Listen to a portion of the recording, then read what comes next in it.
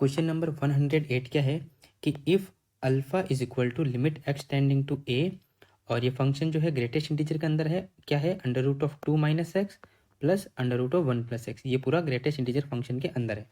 Wear ए की value कहाँ से कहाँ तक बिलोंग कर रही है, 0 से 1/2, और ये ग्रेटेस्ट इंटीजर फंक्शन है, तो आपको इस इंटीग्रेशन की वैल्यू बतानी है। तो सबसे पहले तो की पॉइंट जान लेते हैं क्या यूज़ होंगे इसमें, कि इफ़ एक्स की वैल्यू अगर के से के प्लस 1 के बीच में हो तो ग्रेटेस्ट इंटीजर फंक्शन हमेशा क्या देता है, लोअर वैल्यू देता है, यानी कि के। ठीक है, पहला पॉइंट।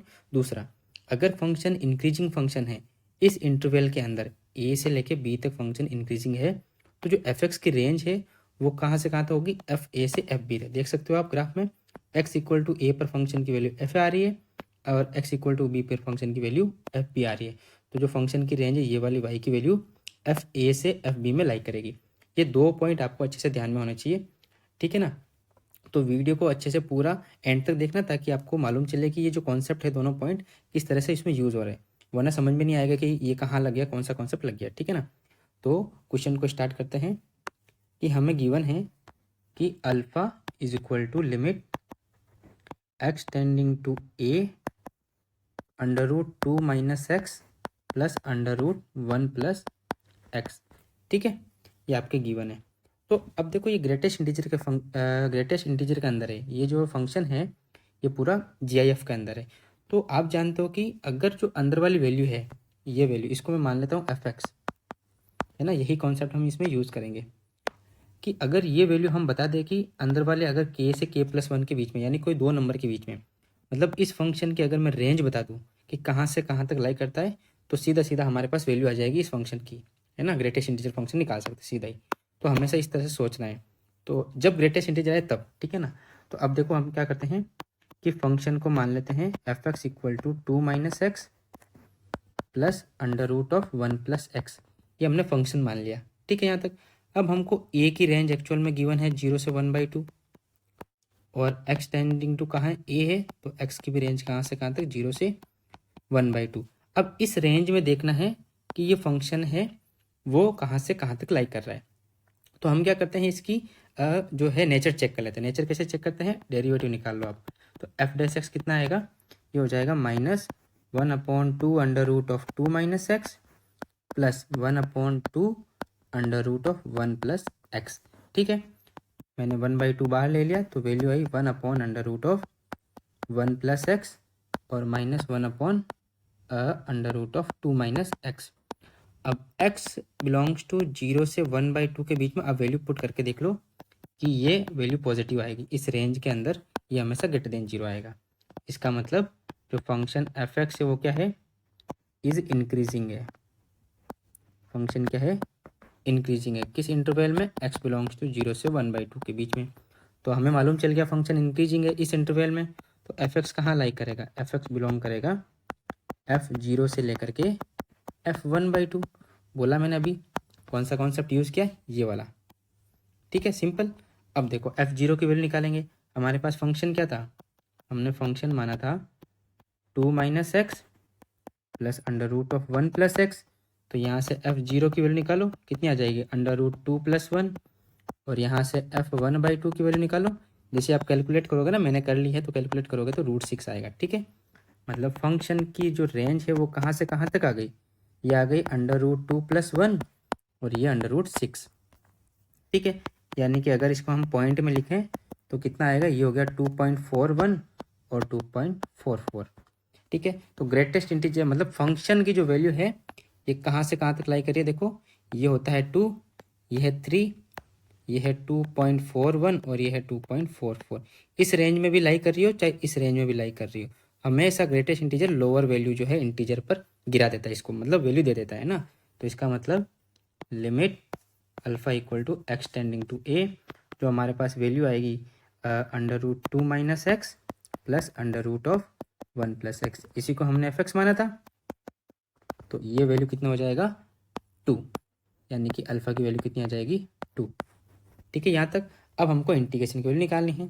तो इंटीग्रेशन क्या था, देखो इंटीग्रेशन है 0 से लेके alpha under root of 1 plus x की power alpha plus 1 plus 3 x की power alpha plus alpha x. इसका आपको क्या करना है, इंटीग्रेशन करना है।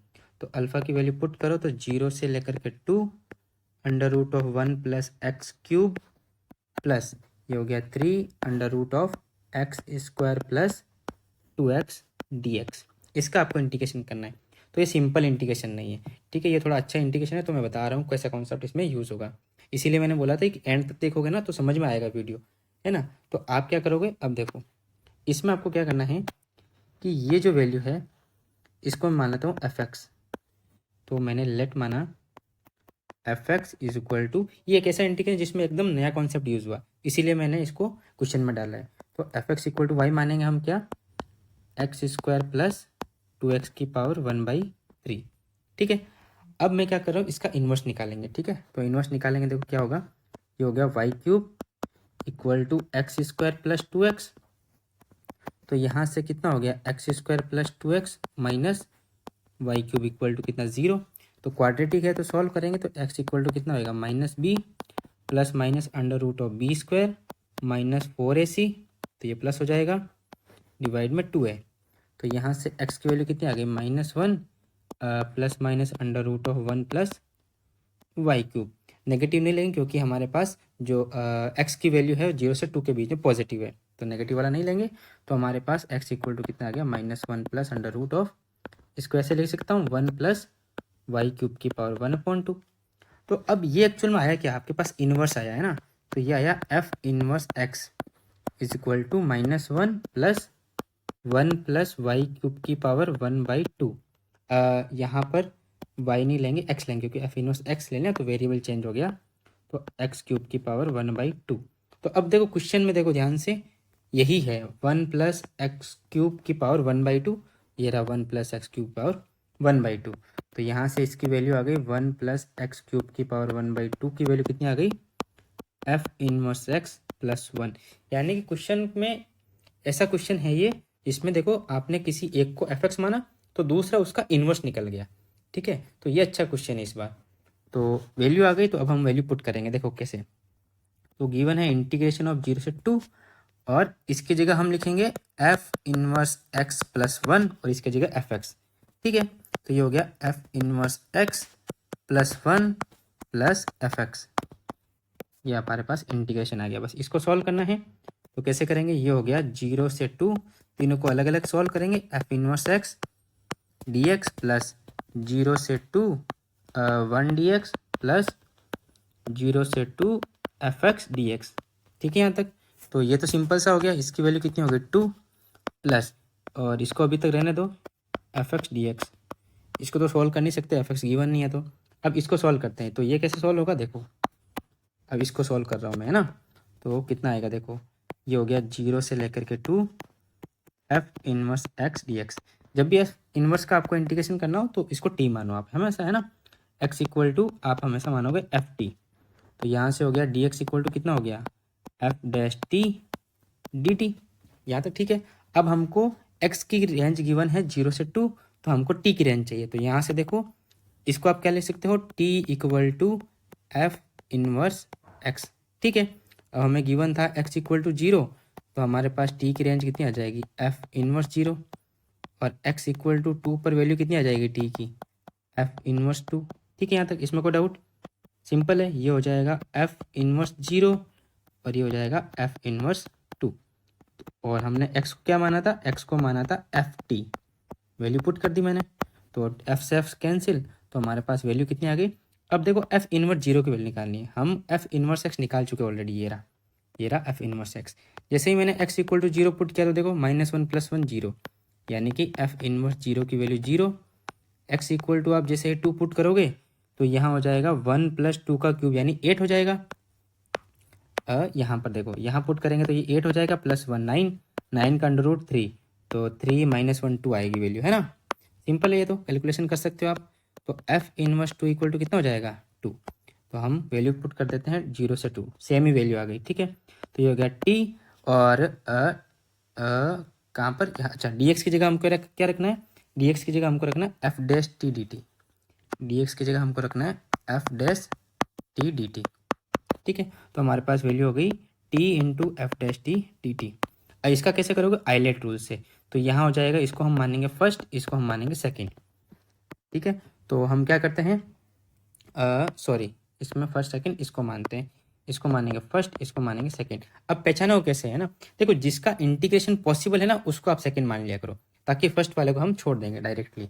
तो फर्स्ट को छोड़ा और सेकेंड का इंटीग्रेशन कैसे करोगे, 0 से 2 एफ डैश टी का डायरेक्ट कर दो कि भाई डेरिवेटिव का इंटीग्रेशन वही फंक्शन आ जाता है, यानी कि एफ टी वैल्यू रखेंगे 0 से 2 माइनस फर्स्ट का डेरिवेटिव यानी कि टी का डेरिवेटिव 1 और एफ डैश टी का डेरिवेटिव एफ टी।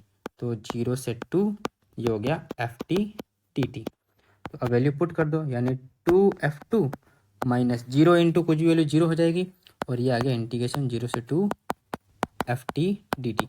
अब देखो टी में चाहे इंटीग्रेशन हो, चाहे एक्स में हो, चाहे वाई में हो, उससे कोई फर्क नहीं पड़ता। इंटीग्रेशन की प्रॉपर्टी होती है कि अगर वेरिएबल चेंज है और लिमिट सेम है तो आपके इंटीग्रेशन की वैल्यू सेम होती है। तो वैल्यू पुट कर रहा हूँ मैं इसकी यहाँ पर, तो कितना आएगा देखो, ये हो गया 2f2 माइनस 0 से 2 F x D x plus 2 और प्लस 0 से 2 एफ एक्स डी एक्स। ठीक है, मैंने वेरिएबल चेंज किया यहाँ पर तो कोई फर्क नहीं पड़ता। ठीक है, दोनों कैंसिल, तो ओवरऑल वैल्यू है 2f2 प्लस 2 और फंक्शन की वैल्यू कितनी, f2 अगर आप निकालोगे, ये रहा हमारे पास फंक्शन है, जैसे आप 2 रखोगे तो कितना हो जाएगा ये 4 प्लस 4 की पावर 1/3, यानी कि 8 की पावर 1/3 का मतलब कितना हो गया 2। तो इसकी वैल्यू की फंक्शन की कितनी आ रही है, f2 इक्वल टू 2, तो 2 इंटू 2 प्लस 2 इक्वल टू 6।